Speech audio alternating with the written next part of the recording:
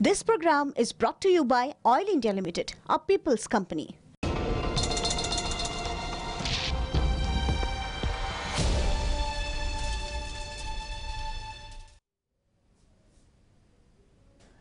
নমস্কাৰ আপোনালোকৰ সকলোৰে মনত আছে যোৱা সপ্তাহত দুটা দিন সমগ্ৰ দেশৰ বেংকৰ কামকাজ সম্পূৰ্ণ বন্ধ আছিল আৰু চৰকাৰী বেংকৰ অৰ্থাৎ ৰাষ্ট্ৰীয়কৃত বেংকৰ সকলো কৰ্মচাৰী ৰাজপথলৈ ওলাই আহি ধ্বনি তুলিছিল বেংক বচাও দেশ বচাও বেংক ৰক্ষা কৰক দেশক ৰক্ষা কৰক এই আন্দোলনৰ মূল উদ্দেশ্য আৰু বেংক বচাও এই ধ্বনি কিয় তুলিব লগা হ'ল ইয়াৰ নেপথ্য কাৰণটোৱে হৈছে যে ৰাষ্ট্ৰীয়কৃত বেংকসমূহক এটাকৈ বেচৰকাৰীকৰণ অৰ্থাৎ কৰ্পোৰেটক বিক্ৰী কৰাৰ এটা পদ্ধতিগত প্ৰয়াস চলিছে চৰকাৰে ইতিমধ্যে সিদ্ধান্ত লৈ পেলাইছে এই বিষয়ে আলোচনা কৰাটোৱে সাৰাংশৰ মূল উদ্দেশ্য আহক গ্ৰাফিক্সত দেখিব যে ৰাজহুৱা বেংক সেৱা এতিয়া যাব বেচৰকাৰী খণ্ডলৈ এই প্ৰক্ৰিয়া সম্পূৰ্ণ কৰাৰ বাবে বেংক সেৱাৰ দুখন আইনৰ সংশোধনী প্ৰক্ৰিয়া আৰম্ভ ইতিমধ্যে সাজু হৈছে এই প্ৰথম পৰ্যায়ত 4টা বেংক বিক্ৰী কৰাৰ বাবে চৰকাৰ সাজু হৈছে এই বেংক কেইটা হৈছে bank of Maharashtra bank of India Indian Overseas Bank আৰু Punjab and Sind Bank মই আকৌ কৈছো বেংক কেইটা হৈছে bank of Maharashtra bank of India Indian overseas bank আৰু Punjab and Sind Bank নীতি আয়োগে এই 4টা বেংকক বিক্ৰী কৰাৰ বাবে অনুমোদন দিছে আৰু 4টা বেংক মিলি অপৰিশোধিত ঋণৰ পৰিমাণ বহু হাজাৰ কোটি টকা চৰকাৰে যে এই বেংকবোৰ বেচৰকাৰী খণ্ডলৈ নিবলৈ খুজিছে ইয়াৰ মূল কাৰণটোৱে হৈছে যে অপৰিশোধিত ঋণ অৰ্থাৎ ঋণ লৈ ঘূৰাই নিদিয়াৰ পৰিমাণ বহুত বাঢ়িছে যেটোক এনপিএ বুলি কোৱা হয় নন পাৰফৰ্মিং এছেট এই এনপিএৰ পৰিমাণ বৃদ্ধি হোৱাৰ বাবে এই বেংক কেইটা বেচৰকাৰী খণ্ডক বিক্ৰী কৰাৰ প্ৰয়াস চলিছে ইণ্ডিয়ান ওভাৰসিজ বেংকত আছে এনপিএ 19912 কোটি টকা Punjab and Sindh Bangkok NPA 8874 কোটি টকা বেংক অফ মহাৰাষ্ট্ৰত 12152 কোটি টকা বৃহৎ পৰিমাণৰ এনপিএ হৈছে বিক্ৰীৰ মূল কাৰণ কিন্তু ঋণ লওঁতাসকল কোন মানুহে কোন গোষ্ঠীয়ে এই ঋণ লৈ বেংকক ইমান বৃহৎ পৰিমাণৰ ধন আজিলৈকে ঘূৰাই দিয়া নাই যাৰ বাবে বেংক আজি বিক্ৰী হ'বলৈ ওলাইছে এই প্ৰশ্ন সংসদত বাৰম্বাৰ উত্থাপিত হৈছে কিন্তু বিত্তমন্ত্ৰী নিৰ্মলা সীতাৰমণে এই কথাটো তেওঁ এতিয়ালৈকে স্পষ্ট কৰা নাই তেওঁ তালিকাখন দিয়া নাই বৰঞ্চ বিত্তমন্ত্ৰীয়ে এই কথাটো এৰাই চলি কৈছে যে যেহেতু বিত্তীয় লেনদেন এক গোপনীয় বিষয় গতিকে সংসদৰ মজিয়াত ইয়াক ৰাজহুৱা কৰিব নোৱাৰি আমি ভালকে জানো আমাৰ হাতত তথ্য আছে যে চৰকাৰৰ লগত নিকট সম্পৰ্ক থকা বৃহৎ কৰ্পোৰেট গোষ্ঠীয়ে লাখ লাখ কোটি টকা দিবলৈ আছে বেংক বিলাকক নীৰৱ মোদী মেহুল চকসীকে আদি কৰি বিভিন্ন মানুহৰ তালিকা আপোনালোকে মই বাৰম্বাৰ সাৰাংশত দেখুৱাই আছো যিবিলাকে বেংকৰ ধন লুট কৰি ইতিমধ্যে দেশ এৰি পলাই গৈছে এই 4টা বেংক বিক্ৰী কৰাৰ পূৰ্বে চৰকাৰে আন এটা পদক্ষেপ লৈছিল সেই কথা আপোনালোকৰ মনত আছে বেংকৰ এজন গ্ৰাহক হিচাপে ইতিমধ্যে আপোনাৰ বেংকৰ একাউণ্ট আন এটা বেংকৰ নামলৈ আহি গৈছে আহক গ্ৰাফিক্সত দেখিব যে 4টা বেংক বিক্ৰী কৰাৰ সিদ্ধান্তৰ পূৰ্বে যোৱা বিত্তীয় বছৰত বেংক সামিলকৰণৰ সিদ্ধান্ত গ্ৰহণ কৰা হ'ল 20 চনৰ এপ্ৰিলত 10টা ৰাজহুৱা বেংক সামিল কৰি 4টা কৰি পেলোৱা হ'ল 10টা ৰাজহুৱা বেংকক 4টা বেংকলৈ কমাই দিয়া হ'ল এওঁলোকক সামিল কৰা হ'ল ওৰিয়েণ্টেল বেংক অফ কমাৰ্চ আৰু ইউনাইটেড বেংক অফ ইণ্ডিয়া সামিল হ'ল পাঞ্জাব নেশ্যনেল বেংকৰ লগত ইণ্ডিয়ান বেংক সামিল হ'ল এলাহাবাদ বেংকৰ লগত সিন্ডিকেট বেংক সামিল হ'ল কানাড়া বেংকৰ লগত অন্ধ্ৰ বেংক আৰু কৰ্পোৰেচন মিলি সামিল হ'ল ইউনিয়ন বেংকৰ লগত এই সামিলকৰণ যেটো প্ৰক্ৰিয়া এই প্ৰক্ৰিয়াৰ আগতে ৰাষ্ট্ৰীয়কৃত বেংক যেটোক আমি সাৰাংশত আজি চৰকাৰী বেংক বুলি কম এই চৰকাৰী বেংকৰ সংখ্যা আছিল 27টা আৰু সামিলকৰণৰ পিছত চৰকাৰী বেংকৰ সংখ্যা 12টা লৈ কমিলে সামিল কৰাৰ বেংক 6টা আৰু স্বাধীন বেংক 6টা এতিয়া এই 12টা ৰাজহুৱা খণ্ডৰ বেংকৰ তাৰে আকৌ 4টা বিক্ৰী হ'ব মন কৰিব 27টা আছিল 27টাৰ পৰা 12টা লৈ কমোৱা হ'ল 12টাৰ পৰা এতিয়া আৰু 4টা বিক্ৰী কৰা হ'ব বিক্ৰী সম্পূৰ্ণ হৈ গলে দেশজুৰি চৰকাৰী বেংক অৰ্থাৎ ৰাষ্ট্ৰীয়কৃত বেংক থাকিব মাত্ৰ 8টা ডাঙৰ বেংকে ডাঙৰ কৰ্পোৰেটবিলাকে ঋণ লৈ বেংকক দেউলীয়া কৰি দিছে আৰু সামান্য ধনৰাশি আমাৰ আপোনাৰ দৰে যি সামান্য ধন বেংকত থাকে আমাৰ দৰে জমাকাৰীৰ ধন আজিও অসুৰক্ষিত কাৰণ বেচৰকাৰী বেংকত আপুনি কিমান দূৰলৈকে সুৰক্ষা পাব তাত যথেষ্ট সন্দেহ আছে আচৰিত কথা যে দেশৰ 50 জন অতি বিত্তশালী লোকৰ ঋণ মকুব কৰা হৈছে এই বিষয়ত আমি সাৰাংশৰ পিছলৈ আহিম 50 জন অতি বিত্তশালী কৰ্পোৰেট গোষ্ঠীৰ ঋণ ৰেহাই দিয়া হৈছে এই যিটো মকুব হৈছে যি ধৰণে ঋণ ৰেহাই দিয়া হৈছে সেইটোৰ হিচাপ এই বছৰৰ মাৰ্চলৈকে আছিল ৬৮,৬০৭ কোটি টকা কিন্তু সাৰাংশলৈ আমি যেতিয়া যাম তেতিয়া দেখিব যে এই ঋণ মকুবৰ পৰিমাণ বহুত বেছি আৰু বিদেশলৈ পলাই যোৱাৰ পিছতো মেহুল চকচি যিজনে নীৰৱ মোদীৰ লগত একেলগে পলাই গৈছিল তেওঁৰো ঋণ মকুব কৰা হৈছে তেওঁ বৰ্তমান পলাতক অথচ তেওঁক ঋণৰ পৰা ৰেহাই দিয়া হৈছে আহক ৰাষ্ট্ৰীয়কৃত বেংক কিয় ৰাষ্ট্ৰীয়কৃত কৰা হৈছিল আৰু চৰকাৰী বেংকৰ সুবিধা কি আৰু বেচৰকাৰী বেংকৰ সুবিধা কি এই বিষয়ে আলোচনা কৰোঁ গ্ৰাফিক্সত দেখিব যে 1969 চনত ইন্দিৰা গান্ধীৰ নেতৃত্বত বেংক ৰাষ্ট্ৰীয়কৰণ কৰা হৈছিল কি কাৰণে 1947 চনৰ 15 আগষ্টৰ পৰা অৰ্থাৎ স্বাধীনতাৰ দিনটোৰ পৰা 15 জুলাই 1969 পৰ্যন্ত 650টা বেংক দেউলীয়া হৈছিল দেশজুৰি 1969 চনৰ 15 জুলাইত বেংক ৰাষ্ট্ৰীয়কৰণৰ সিদ্ধান্ত লোৱা হয় ইয়াৰ পূৰ্বে স্বাধীনতাৰ দিনটোৰ পৰা 1969 চনৰ 15 জুলাইলৈকে বেংক দেউলীয়া হৈছিল 650টা জমাকাৰীৰ ধন সমুদায় পানীত পৰিছিল একেবাৰে শূন্যলৈ নামি আহিছিল বেংক যেতিয়া চৰকাৰে ললে তাৰ পিছত কৃষিখণ্ড হওক স্বনিযুক্তি প্ৰকল্প হওক কুটিৰ শিল্প হওক আন্তঃগাঁথনি উন্নয়ন হওক এই সকলোতে চৰকাৰী বেংকে পুঁজি বিনিয়োগ কৰি আছে এই কথাটো আপোনাৰ মোৰ দৰে যিসকল বেংকৰ লগত লেনদেন আছে বা যিসকলে নিজৰ স্বনিয়োজনৰ বাবে ধন লৈছে তেওঁলোকে এই কথাটো ভালদৰে উপলব্ধি কৰিছে শিক্ষা আৰু স্বাস্থ্য খণ্ডৰ ক্ষেত্ৰতো চৰকাৰী বেংকে যথেষ্ট পৰিমাণৰ ধন বিনিয়োগ কৰিছে আৰু এই চৰকাৰী বেংকবোৰ এনে ব্যৱস্থাত কৃষকক অথবা উপান্ত কৃষকক অথবা স্বনিয়োজনৰ বাবে যিসকলে বিচাৰে তেওঁলোকক ধন দিবলৈ বাধ্য কিন্তু বেচৰকাৰী বেংকে ক্ষুদ্ৰ বা উপান্ত কৃষকক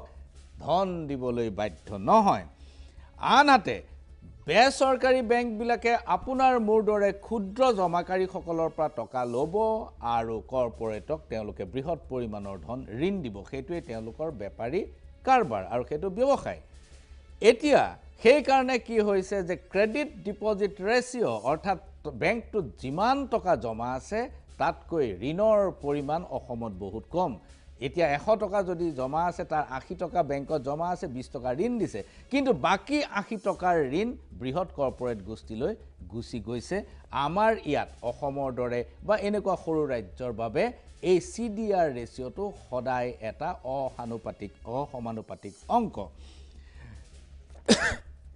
কল্যাণমূলক আঁচনিৰ ক্ষেত্ৰত মই যিখিনি কথা কৈছো যে ওয়েলফেয়াৰ প্ৰজেক্টছ যিবিলাক আছে তাত বেচৰকাৰী বেংকৰ অংশীদাৰিত্ব একেবাৰে সীমাবদ্ধ বৰঞ্চ কল্যাণমূলক আঁচনিসমূহত চৰকাৰী বেংকে আটাইতকৈ বেছি বিনিয়োগ কৰে যেতিয়া বেংক ৰাষ্ট্ৰীয়কৰণ কৰা হৈছিল 1969 চনৰ 19 জুলাইত তেতিয়া গোটেই দেশত সকলো বেংক মিলি বেংকৰ শাখাৰ সংখ্যা আছিল মাত্ৰ 8000 আৰু 2021 চনত আজিৰ তাৰিখত বেংকৰ শাখা হৈছে 1,18,000 কোট 5,000 আৰু কোট 1,18,000 1969 চনত ৰাষ্ট্ৰীয়কৰণ কৰাৰ পূৰ্বে বেংকবোৰত জমা আছিল মাত্ৰ 5,000 কোটি টকা গোটেই বেংকৰ মুঠ জমা ধন ৰাখি আছিল মাত্ৰ 5,000 কোটি টকা আৰু আজি 2021 চনত বেংকবিলাকত মুঠ জমাৰ পৰিমাণ 157 লাখ কোটি টকা কিমান সম্প্ৰসাৰণ হৈছে বেংক ব্যৱসায় আৰু ৰাষ্ট্ৰীয়কৃত বেংকতে আটাইতকৈ বেছি চৰকাৰী বেংকতে আটাইতকৈ বেছি ধন জমা থাকে 1969 চনত বেংক ৰাষ্ট্ৰীয়কৰণ কৰাৰ পূৰ্বে মুঠ ঋণৰ পৰিমাণ আছিল 3,500 কোটি টকা গোটেই বেংকবিলাক মিলি আপোনাৰ আমাৰ দৰে লোকক ঋণ দিছিল মাত্ৰ ৩,৫০০ কোটি টকা আৰু ২০২১ চনত আজি ঋণৰ পৰিমাণ হৈছে ১১০ লাখ কোটি টকা এইবোৰ সৰহ অংশ ৭০% ধন ৰাষ্ট্ৰীয়কৃত বেংকৰ পৰা ঋণ প্ৰদান কৰা হৈছে 1991 চনত যেতিয়া উদাৰীকৰণ ব্যৱস্থা আৰম্ভ হ'ল ভাৰতীয় অৰ্থনীতিত তাৰ আগলৈকে ৰাষ্ট্ৰীয়কৃত বেংকে গোটেই বেংকিং ব্যৱস্থাটোৰ 90% দখল কৰি আছিল 1991 চনৰ আগলৈকে নৰসিংহ ৰাওৰ চৰকাৰে যেতিয়া উদাৰীকৰণ ব্যৱস্থা গ্ৰহণ কৰিলে তাৰ পিছত লাহে লাহে ৰাষ্ট্ৰীয়কৃত বেংকৰ দখল কমি আহিল আৰু ই 70%লৈ অৱনমিত হ'ল কিন্তু ৰাষ্ট্ৰীয়কৃত বেংকৰ দখল অৰ্থাৎ বেংকিং ব্যৱস্থাটোৰ ইয়াত মুঠ ব্যৱসায়ৰ 70% ৰাষ্ট্ৰীয়কৃত বেংকে কৰে কিন্তু তৎসত্ত্বেও ইয়াৰ ব্যৱসায় আৰু লাভ অত্যন্ত ভাল আছিল লাভৰ অংকটো আমি চাওঁ আহক গ্ৰাফিক্সত দেখিব যে 2014-15 চনত বেংকে লাভ কৰিছে 1,38,064 কোটি টকা 2015-16 চনত 1,35,238 কোটি টকা 2016-17 চনত 1,59,022 কোটি টকা 2017-18 চনত 1,55,885 কোটি টকা 2018-19 চনত 1,49,603 কোটি টকা 2019-20 চনত 1,73,595 কোটি টকা আৰু 2020-21 চনত অৰ্থাৎ যোৱা বছৰ মুঠ লাভ কৰিছে বেংকে 1,97,376 কোটি টকা এতিয়া এই যে বেংকবিলাকে লাভ কৰি আছিল লাভ কৰা বেংকবিলাক লোকচান কেনেকৈ কৰিলে তেতিয়া হলে কিয় তেওঁলোকৰ লোকচান কৰা বুলি এই বেংকবিলাকক এতিয়া বিক্ৰীৰ বাবে আয়োজন কৰিছে প্ৰথম কথা সামিলকৰণ এক নম্বৰ সামিল কিয় কৰা হ'ল সামিলকৰণৰ মূল কথাটো হ'ল যে এটা লোকচান কৰি থকা বেংক এটা লাভ কৰি থকা বেংকৰ লগত সামিল কৰি দিয়ে যাৰ ফলত লোকচান কৰি থকা বেংক আৰু লাভ কৰি থকা বেংক একেলগ হৈ যোৱাৰ লগে লগে অলপমান লাভ দেখুৱায় অৰ্থাৎ এটা বেংকে যদি 100 টকা লাভ কৰি আছে আনটো বেংকে যদি 80 টকা লোকচান কৰিছে দুইটা বেংক যেতিয়া মিলাই দিয়া হয় তেতিয়া তাৰ 20 টকা লাভত থাকে এইটো দেখুৱাবৰ কাৰণে দুইটা বেংক সামিল কৰি দিয়া হ'ল এক নম্বৰ দুই নম্বৰ এই যে লাভবোৰ মই কৈ গলো ইমান কোটি টকা লাখ কোটি টকাৰ লাভ হোৱা সত্ত্বেও এই বেংকবিলাক লোকচান বুলি কিয় বিক্ৰী কৰিবলৈ উলিওৱা হৈছে এইটো হ'ল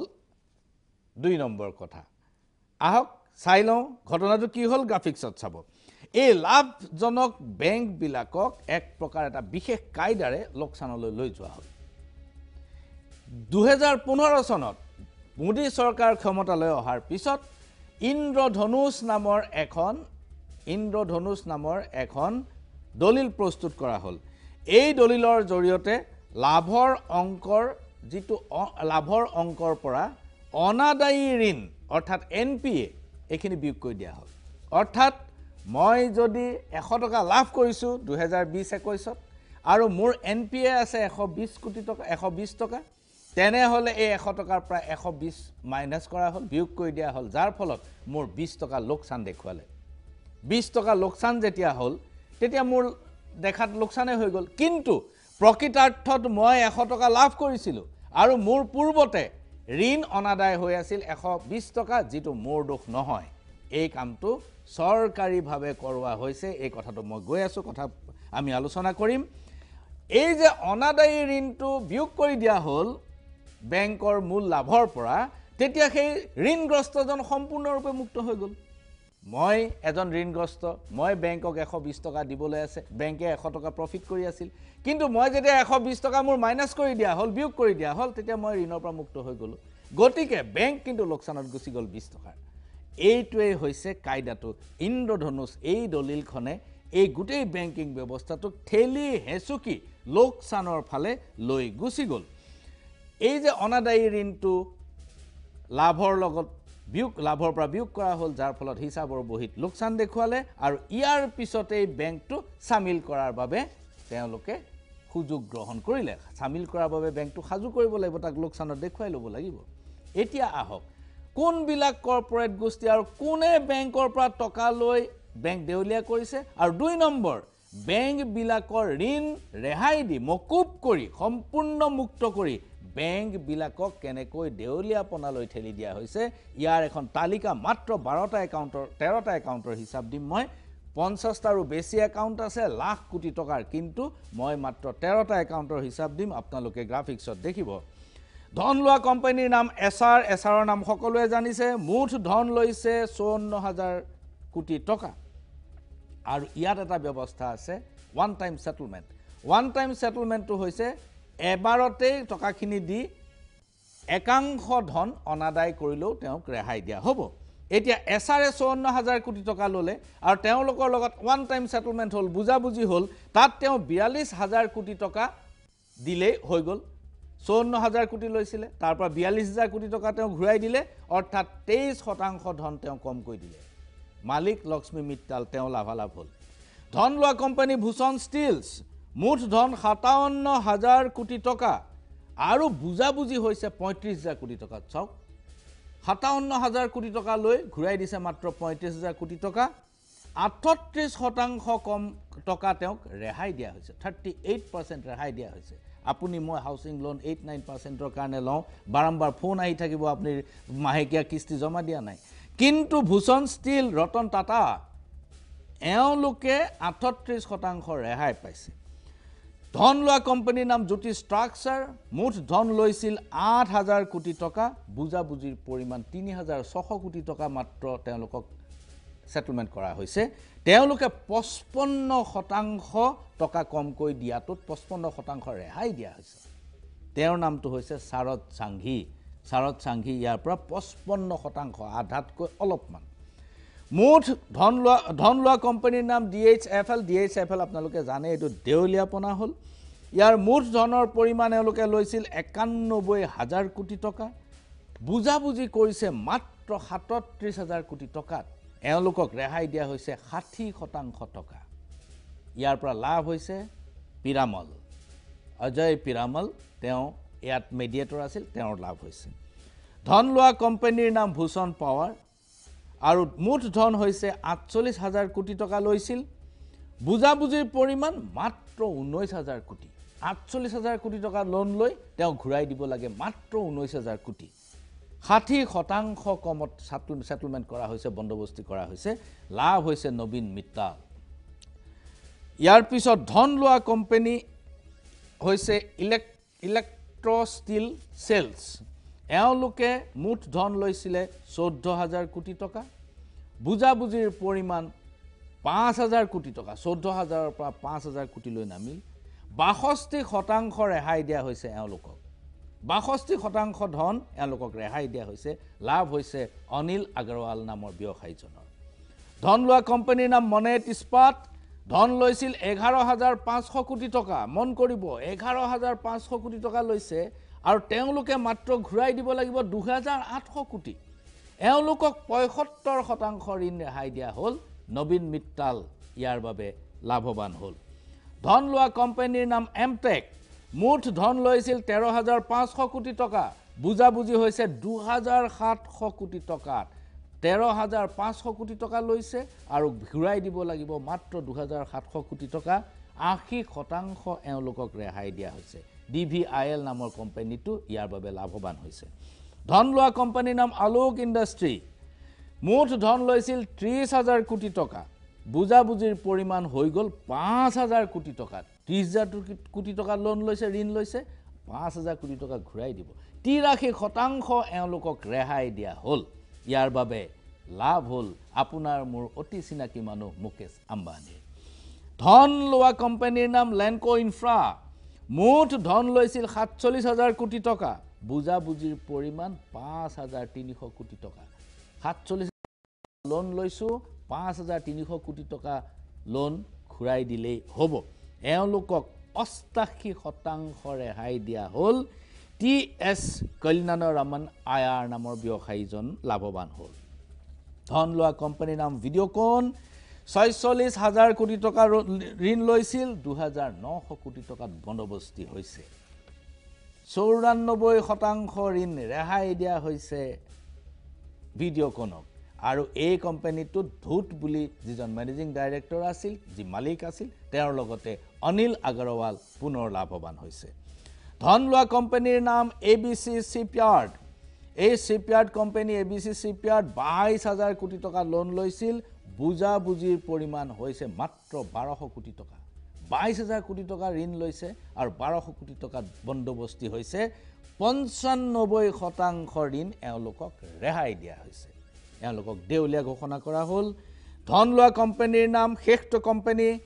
শিৱ শংকৰ ইণ্ডাষ্ট্ৰী মুঠ ধন 4,800 কোটি টকা বুজাবুজিৰ পৰিমাণ 320 কোটি 4,800 কোটি টকা ঋণ লৈ 320 কোটি টকা মাৰিলেই হ'ব 95% ৰেহাই দিয়া হৈছে আৰু লাভ হৈছে শিৱ শংকৰন নামৰ কৰ্পোৰেট গোষ্ঠীৰ মালিকজনৰ মাত্ৰ 13টা একাউণ্টৰ হিচাপ দিলোঁ এই 13টা একাউণ্টত মুঠ ঋণ আছিল 4,46,800 কোটি টকা ঋণ ঘূৰাই দিব লগা হ'ল 1,61,820 কোটি টকা বেংকৰ লোকচান হ'ল 2,84,980 কোটি টকা আৰু ইয়াৰ পিছত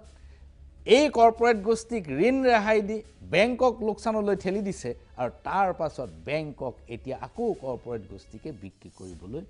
ওলাইছে বহুতে ভাবে যে বেচৰকাৰী কৰিলে ভাল হ'ব ময়ো ভাবো বেচৰকাৰী কৰিলে হয়তো বহু ক্ষেত্ৰত ভাল হ'ব পাৰে কিন্তু যিবোৰ সন্দেহ আছে মানুহৰ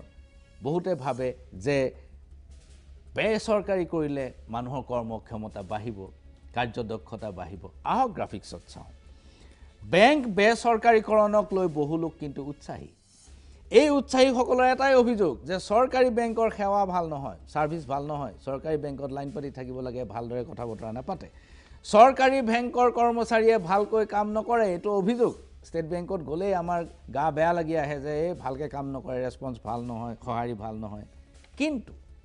এই অভিযোগ কিমান সঁচা এবাৰ পৰীক্ষা কৰাৰ দৰকাৰ ষ্টেট বেংক অফ ইণ্ডিয়া ভাৰতৰ সৰ্ববৃহৎ চৰকাৰী বেংক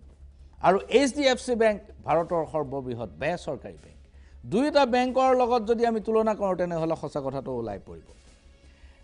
ষ্টেট বেংক অফ ইণ্ডিয়াৰ মুঠ গ্ৰাহক 42 কোটি গোটেই ভাৰতবৰ্ষ 42 কোটি গ্ৰাহক আছে HDFC বেংকৰ গ্ৰাহক মাত্ৰ 5 কোটি 60 লাখ ষ্টেট বেংকৰ শাখাৰ সংখ্যা 22,000টা আৰু HDFC বেংকৰ শাখাৰ সংখ্যা 5,600টা ষ্টেট বেংকৰ মুঠ কৰ্মচাৰীৰ সংখ্যা 2,50,000 HDFC বেংকৰ কৰ্মচাৰীৰ সংখ্যা 1,20,000 ষ্টেট বেংকৰ প্ৰতি শাখাত গ্ৰাহক এভাৰেজ গড় হিচাপত 19,091 জন প্ৰতিটো শাখাত যদি গড় হিচাপত ধৰা হয় তেনেহলে 19,091 জন HDFC বেংক বেচৰকাৰী তাত প্ৰতি শাখাত গ্ৰাহকৰ গড় হিচাপ হৈছে 10,000 জন ষ্টেট বেংকৰ প্ৰতিজন কৰ্মচাৰীৰ বিপৰীতে 1,680 জন গ্ৰাহক আৰু HDFC বেংকৰ প্ৰতিজন কৰ্মচাৰীৰ বিপৰীতে গ্ৰাহক মাত্ৰ 467 জন মন কৰিব SBI ষ্টেট বেংক অফ ইণ্ডিয়াৰ প্ৰতিজন কৰ্মচাৰীৰ বিপৰীতে গ্ৰাহক 1,680 জন আৰু HDFC প্ৰতিজন কৰ্মচাৰীৰ বিপৰীতে 466 জন 4 গুণ বেছি গ্ৰাহকক চম্ভালিব লগা হয় ষ্টেট বেংকৰ কৰ্মচাৰীয়ে 4 গুণতকৈ বেছি এতেকে চৰকাৰী বেংকত মানুহ নিদিয়ে কৰ্মচাৰী ৰিক্ৰুইট নকৰে আৰু তেওঁলোকক লোকচানৰ ফালে ঠেলি ঠেলি লৈ যাব আৰু বেচৰকাৰী বেংকক উৎসাহ দিব এয়াই হৈছে চৰকাৰৰ নীতি সাৰাংশ ইমানতে সামৰিছো নমস্কাৰ